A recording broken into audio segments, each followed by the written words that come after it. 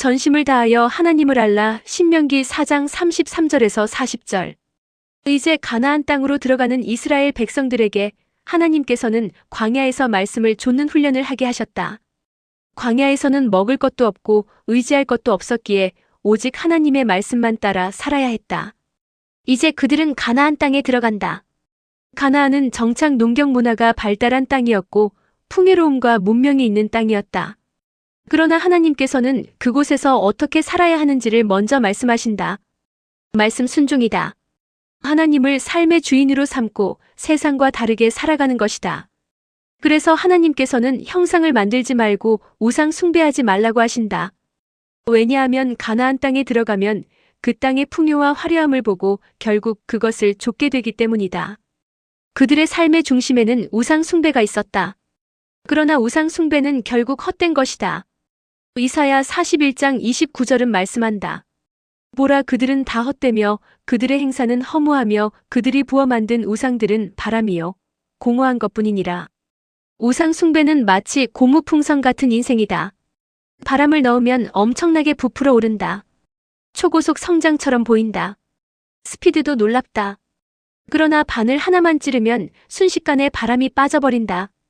잠깐 찔렸는데 그냥 주저앉아 버린다. 우상 숭배가 그렇다. 사람들은 그 땅에서 살아남겠다고 우상을 좇는다. 그러나 그것은 사는 길이 아니라 망하는 길이다. 결국 날이 길지 못하고 여러 민족 가운데 흩어지게 된다. 인생은 고무풍선이 아니다. 인생은 시간이 걸리더라도 비바람을 견디며 맺히는 열매 같은 것이다. 한순간에 되지 않는다. 하루아침에 완성되지 않는다. 그러나 하나님께서는 그렇게 망하도록 내버려 두지 않으신다. 넘어지고 무너져도 다시 돌이키게 하신다. 말씀으로 돌아오게 하시고 다시 말씀을 청종하며 살게 하신다. 신명기 4장 31절은 말씀한다. 내 하나님 여호와는 자비하신 하나님이심이라. 그가 너를 버리지 아니하시며 너를 멸하지 아니하시며 모든 회복의 시작은 하나님의 자비하심에 있다. 역대하 30장 9절도 말씀한다. 너희가 만일 여호와께 돌아오면 너희 형제들과 너희 자녀가 사로잡은 자들에게서 자비를 입어 다시 이 땅으로 돌아오리라. 너희 하나님 여호와는 은혜로우시고 자비하신지라. 너희가 그에게로 돌아오면 그의 얼굴을 너희에게서 돌이키지 아니하시리라. 하나님께서 우리를 돌아오게 하신다. 그리고 반드시 돌이키셨던 얼굴을 다시 우리에게 향하신다. 하나님은 어떤 분이신가? 자비하신 분이시며 버리지 않으시고 멸하지 않으시며 언약에 신실하신 하나님이시다. 그래서 하나님께서는 과거에 어떻게 행하셨는지를 기억하라고 말씀하신다. 신명기 4장 32절에서 35절은 말씀한다. 내가 있기 전 하나님이 사람을 세상에 창조하신 날부터 지금까지 지나간 날을 상고하여 보라. 어떤 국민이 불 가운데서 말씀하시는 하나님의 음성을 너처럼 듣고 생존하였느냐? 어떤 신이 와서 시험과 이적과 기사와 전쟁과 강한 손과 편팔과 크게 두려운 일로 한 민족을 다른 민족에게서 인도하여 낸 일이 있느냐? 애굽에서 인도하신 하나님, 창조 때부터 지금까지 역사하신 하나님, 불 가운데 말씀하신 하나님, 시험과 이적과 기사와 전쟁과 강한 손과 편팔로 자기 백성을 건져내신 하나님을 기억하라는 것이다. 사실 하나님께서 행하신 일을 기억하는 것만으로도 우리의 신앙은 충분하다. 왜냐하면 하나님께서 그것을 보이신 이유가 있기 때문이다. 신명기 4장 35절은 말씀한다. 이것을 내게 나타내심은 여호와는 하나님이시요 그 외에는 다른 신이 없음을 내게 알게 하려 하심이니라. 여기서 알게 하려라는 말은 단순히 지식으로 아는 것이 아니다. 히브리어에서 안다는 것은 깊은 관계를 의미한다. 하나님을 알아간다는 것은 하나님과 더 깊은 관계로 들어가는 것이다. 과거를 돌아보는 이유는 오늘 하나님을 더 깊이 알아가기 위함이다. 관계는 피상적이어서는 안 된다. 겉만 맴돌아서는 안 된다. 백날 천날 신앙생활을 해도 깊은 관계가 없으면 아무 소용없다. 신앙은 더 깊은 곳으로 나아가야 한다. 예수님께서 베드로에게 깊은 데로 가서 그물을 내리라 하셨듯이 이제는 더 깊은 곳에 그물을 던져야 한다. 언제까지 물가에서 발만 담그고 사는 인생일 수는 없다. 하나님과 더 깊은 관계, 더 은밀한 관계 속으로 들어가야 한다. 그리고 하나님은 과거에만 역사하신 분이 아니라 지금도 역사하시는 하나님이시다. 신명기 4장 38절은 말씀한다. 너보다 강대한 여러 민족을 내 앞에서 쫓아내고 너를 그들의 땅으로 인도하여 들여서 그것을 내게 기업으로 주려 하심이 오늘과 같으니라. 과거에도 역사하셨고 오늘도 여전히 공급하시고 인도하시고 역사하시는 하나님이시다.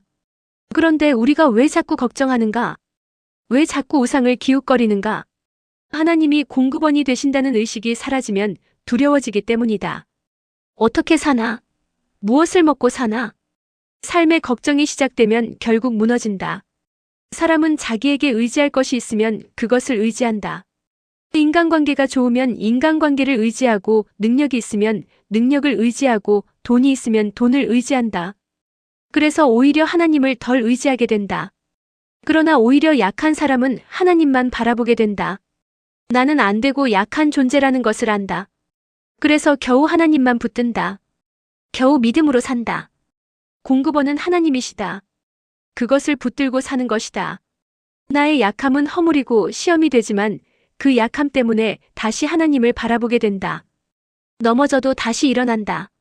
처음에는 아슬아슬하게 살아간다. 그러나 계속해서 하나님만 바라보고 의지하면 점점 하나님을 굳게 붙잡게 된다. 그리고 나는 점점 죽어간다. 신앙은 하루아침에 변하지 않는다. 서서히 변화된다. 신명기 4장 39절과 40절은 말씀한다. 그런즉 너는 오늘 위로 하늘에나 아래로 땅에 오직 여호와는 하나님이시요 다른 신이 없는 줄 알아 명심하고 오늘 내가 내게 명령하는 여호와의 규례와 명령을 지키라. 하나님이 어떤 분인지를 100번, 1000번 말할 수 있다. 그러나 삶이 변하지 않는다면 계속 말씀을 들어야 한다. 귀에 달콤한 말씀만 들으려 해서는 안 된다. 내 귀를 간지럽히는 말씀이 아니라 내 심장과 폐부를 찔러 쪼개는 말씀을 들어야 한다. 그리고 그 말씀대로 순종하며 살아야 한다. 말씀을 듣기만 하고 살지 않으면 아무 소용없다. 다 허실이다. 우리가 이 땅에서 오래 살아봐야 80년, 90년이다. 그러나 하나님께로 돌이키고 예수 그리스도의 십자가를 바라보며 모든 우상이 무너지면 하나님께서는 우리에게 영생을 약속하신다. 우리의 목적은 이 땅에서 잠시 잘 사는 것이 아니다. 이 땅의 삶은 영생을 얻는 기회이다. 인생은 마치 운전면허 시험과 같다. 운전면허 시험은 답이 이미 다 나와 있다. 그것을 보고 익히면 된다. 성경은 인생의 답이다. 답은 이미 다 기록되어 있다. 보고 듣고 읽고 그대로 살면 된다. 삶의 문제는 많다. 그러나 그것을 세상 방법이나 잔머리로 푸는 것이 아니다. 말씀의 원리로 풀어야 한다. 내 인생의 문제를 해결하실 분은 주님뿐이시다. 유일한 공급원은 하나님이시다. 이것을 모르면 사람은 반드시 우상을 찾게 된다. 가나안 땅에 들어가면 분명히 넘어질 수 있다. 말씀대로 살 수 없는 상황을 만나게 된다. 그러나 하나님께서는 말씀하신다. 우상 숭배하지 말아라. 넘어지면 다시 돌아오라. 어떻게 하면 사는가? 넘어지고 깨져도 다시 말씀으로 돌아오면 산다. 회복의 길은 말씀으로 돌아오는 것이다.